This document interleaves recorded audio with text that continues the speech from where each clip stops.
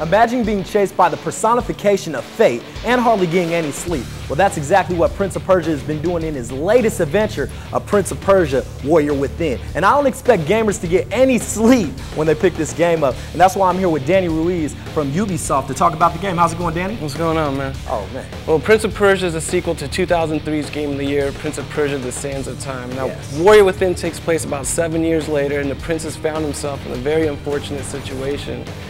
Which is? His fate has been written. He will die. It's not a matter of if he's gonna die, it's just a matter of when. Now, how did this happen? Well, basically in the last game, the prince did something that should have killed him. He unleashed the Sands of Time. But fortunately for him, he was able to rewind time in that game to prevent his death. Well, by cheating his death, he's been cheating fate, and fate has now manifested itself in the form of a monster in this game called the Dahaka, and he's got one thing in mind, and that's really just to take out the prince this game. What about gameplay in general? Is it going to be pretty much the same as the last game, or has it stepped up? Oh, it's definitely stepped up. So we got something now called the freeform fighting system.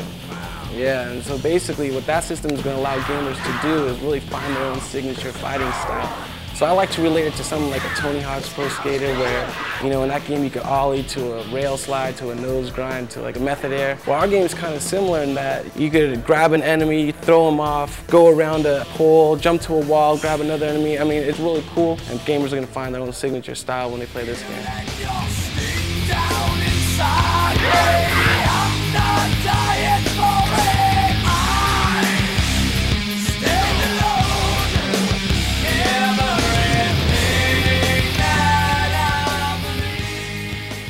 We have an Xbox Live feature, which is going to allow gamers to kind of compete against each other in 2 different game modes. One is the time attack mode, which is kind of like an obstacle course that utilizes the prince's agility to get through these things.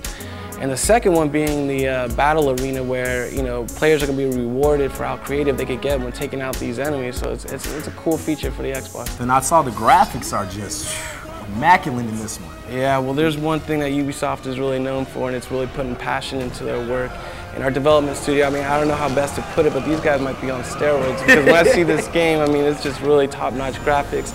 You look at the water, you look at, you know, the physics that they apply to just the tapestries in that game. And any special unlockables that we can find, or any hints you can throw out there for me?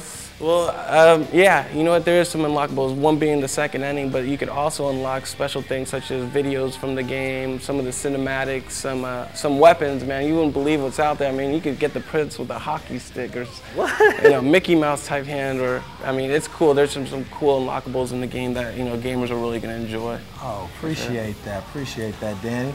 Yeah. Man, Prince of Persia: Warrior Within.